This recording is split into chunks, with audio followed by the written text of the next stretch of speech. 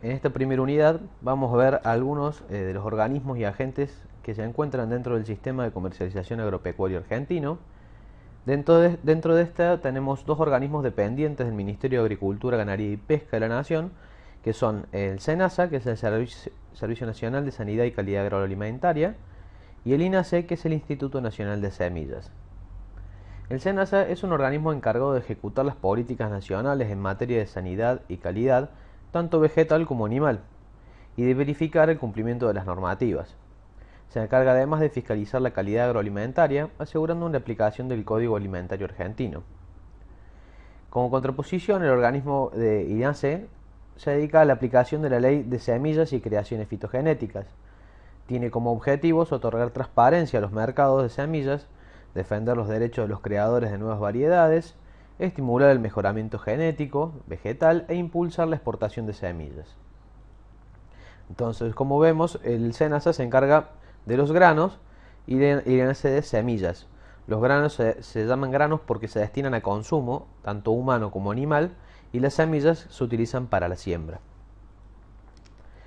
Como ya habremos visto, o habrán visto en materias anteriores, la resolución 1075/94 de la Secretaría de Agricultura, Ganadería y Pesca de la Nación establece las técnicas de muestreo, que ya habrán visto en una materia, y las metodologías analíticas, que aún todavía no las han visto, pero sí las van a ver este año en aplicación industrial. Y además, dentro de esta resolución se encuentran las normas que rigen el comercio de granos. Dentro de estas normas que rigen el comercio de granos vamos a ver dos tipos, que son los estándares y las bases estatutarias. ¿Por qué son importantes las normas de calidad? Porque las normas de calidad nos dan eficiencia, aumentan eficiencia operativa, es decir, permiten también operar por descripción sin el producto a la vista. Solamente con conocer la descripción en un papel del producto sabemos de qué producto estamos hablando en cuanto nos referimos a calidad. Permiten la pérdida de identidad de la mercadería mezclándola, favorece la especialización por tipo de producto. Es decir, ¿por qué son importantes? Porque en la operativa de recibo de la mercadería, con el visteo mismo, podemos determinar si la mercadería es de recibo o de rechazo, si la calidad con la que se entrega es buena, y además el cliente evita problemas con los clientes, por ejemplo, al momento de determinar una mercadería de rechazo. El cliente ya conoce o puede ver luego cómo es la calidad y cuáles son los parámetros que se tomaron en cuenta para rechazarlo. Además, se estimula la innovación técnica, el mejoramiento de las prácticas convencionales y la reducción de costos. Apunta a la innovación técnica y el mejoramiento de las prácticas convencionales al tener parámetros medibles y cuantificables de los diferentes rubros que se encuentran en estos estándares y bases, y tiende a la reducción de costos, sobre todo a los costos de venta del producto. Además, aumenta la eficiencia económica, una mayor eficiencia económica, por una fácil captación de las diferencias de calidad reflejadas en los precios. Se puede plasmar los deseos y preferencias de los consumidores y transmitirlas a los productores, y se apunta al mejoramiento de las tareas de recolección y difusión de datos. Acá vemos un cuadro en el cual podemos tener en cuenta que la calidad del precio depende, como vieron antes en la materia de fundamentos de producción y tipificación, de la importancia productiva, o sea, la clasificación del cultivo y el volumen producido, y el tipo de grano, tanto la variedad, el tipo comercial y la clasificación del mismo. A su vez, la calidad del precio van a depender de la liquidación y del análisis comercial del mismo. Previamente se realiza el análisis comercial de la mercadería y posterior a esto la liquidación del mismo, según la calidad que resulte de este análisis. De esto surgen las características y cantidad dependiendo de los rubros de calidad, de los rubros de condición y de la presencia de malezas dentro del análisis comercial que se realiza. Pasemos a lo que es liquidación. Liquidación, vamos a ver lo que son los estándares. Vamos a definir lo que es un estándar. Un estándar es una norma que rige el comercio de granos, que posee grados y que gradúa la mercadería. Los valores en el cuerpo de la tabla, que vamos a ver más adelante, son porcentajes por cada 100 gramos de muestra. Se comercializan bajo estándar el trigo pan, el trigo fideo, el maíz, la avena, el sorgo, la cebada forrajera, el centeno, los porotos blancos seleccionados, el maní confitería y el maní partido a split. Dentro de esto vamos a ver dos tipos: los rubros de calidad, dentro del estándar, los rubros de calidad, que son los que gradúan, y los rubros de condición, que determinan mercadería dentro de estándar o fuera de estándar. Entonces, vamos a ver el estándar, por ejemplo, de trigo pan. Como vemos en el cuerpo, tenemos una tabla. Dentro del cuerpo de la misma podemos ver que el tipo dice: el tipo duro admitirá como máximo un 5% de variedades semiduras. Es decir, ¿por qué? Porque el trigo pan que se comercializa en Argentina es prácticamente en el 99% de la producción de tipo duro. A su vez vemos grados, que es lo que hablábamos de que el estándar gradúa. Tiene un grado 1, grado 2 y grado 3. Dentro de este grado vemos rubros que sí poseen valores para cada grado. Por ejemplo, peso hectolítrico, materias extrañas, granos dañados, que está subdivididos en granos ardidos y dañados por calor y total dañados, granos con carbón, granos panza blanca, granos quebrados y chuzos. Después, estos serían los rubros de calidad. Son los famosos rubros de calidad. Vemos que tienen valores para cada grado y que cuando, por ejemplo, en peso hectolítrico dice peso mínimo por en kilogramos, es decir, cuando este valor o el valor resultante del análisis es menor a 79, quiere decir que pasa al grado 2 la mercadería. Y así lo mismo para el grado 2, si la mercadería fuera, por ejemplo, un valor de 75, el grado sería grado 3. Y así se va analizando para cada uno de los rubros y va determinando en qué grado se encuentra cada uno de los rubros. Luego vemos los rubros de condición, que son estos que siguen a continuación, que son granos picados, trébol de olor, que es el Melilotus, que admite una cantidad de semilla cada 100 gramos de 8 máxima. Humedad, insectos y arácnidos, que dice libre. Y después tenemos los arbitrajes, que también son rubros de condición. Los rubros de condición no determinan un grado en especial, sino que determinan la condición de recibo o de rechazo de la mercadería. Es decir, si está dentro de los valores, por ejemplo en estos casos son valores máximos. Si está por debajo de los valores máximos, la mercadería es mercadería que está dentro del estándar. Si se encuentran pasados en alguno de estos rubros, la mercadería se determina como fuera de estándar. Entonces, además los arbitrajes, tenemos diferentes arbitrajes. Olores comercialmente objetables, que van desde 0,5 a 2. Puntas sombreadas por tierra, de 0,5 al 2%. Revolcados en tierra del 0,5 al 2% y punta negra por carbón del 1 al 6%. Estos arbitrajes, estos valores que están en los arbitrajes, son los descuentos sobre el precio y se dan según la intensidad que tenga ese arbitraje, o sea, según la cantidad de olor, según la cantidad de punta sombreada de tierra por tierra o la cantidad de revolcados en tierra. Esto se toma en cuenta el lote en general. No solamente, no se separa grano por grano, sino se ve el lote en general. ¿Qué más podemos ver? Bueno, vimos lo que era el peso hectolítrico mínimo por kilogramo. Para los demás valores dentro de los rubros de calidad son tolerancias máximas, lo mismo que para los rubros de condición. Vemos que cuando supera los valores de tolerancia máxima del grado 3, Cuando supera, en caso de este sería el mínimo y de estos son los máximos, superan los máximos o los mínimos, se aplican descuentos porcentuales por cada kilogramo faltante de pH o sobre el porcentaje de excedente de las tolerancias máximas. Estos son los valores sobre los que se aplica el descuento. Para granos picados sería el 2%. Para trébol de olor vemos que dicen, mermas y mermas en humedad. Es decir, cuando aparece la palabra merma, en este caso son valores que se aplican sobre los kilogramos que se entregaron en toneladas o kilogramos por ejemplo, un camión de 30 toneladas.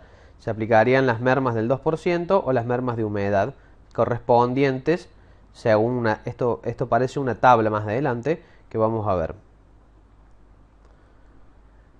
En este caso, por ejemplo, esta es la tabla de merma por secado para trigo pan. Por ejemplo, con un valor de humedad de 14,8 que estaría excedida, él tolera hasta un 14%. A partir de 14,1 empiezan las mermas. 14,8 tenemos un 1,5% de merma por secado y además se debe adicionar una merma por manipuleo de 0,10%, que es lo que se pierde durante el manipuleo de la mercadería. Volvemos hacia atrás y vemos, vamos a aclarar algunos conceptos más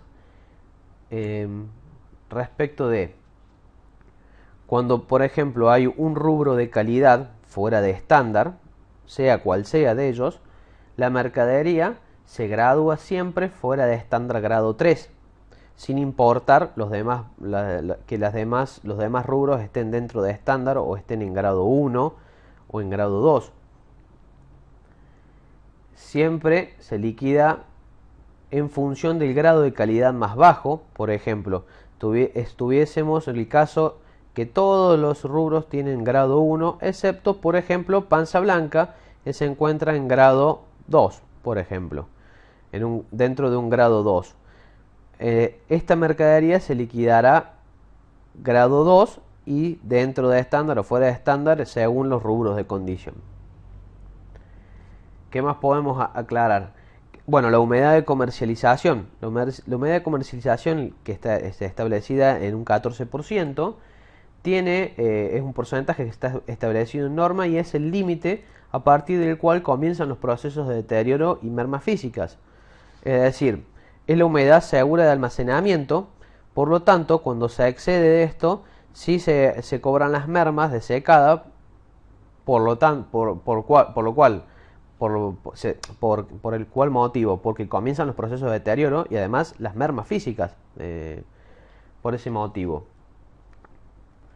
Después podemos aclarar también que todo aquel rubro, en un análisis comercial, todo aquel rubro que está excedido o fuera de estándar tiene su posterior descuento, según sea un descuento porcentual a aplicar, en el caso de los arbitrajes, que van directamente a la cruz de bonificaciones y rebajas, o los descuentos porcentuales a aplicar por lo que se excede en la mercadería, y en el caso de que diga descuentos, bonificaciones, rebajas, estos se aplican al precio. En el caso de las mermas, se aplican a los kilogramos. Los arbitrajes en sí son descuentos fijos. Y van al precio, según su intensidad. Son rubros de condición y la sola presencia de un arbitraje implica mercadería fuera de estándar, sin importar el grado posterior que resulte de la graduación según los rubros de calidad que tengamos.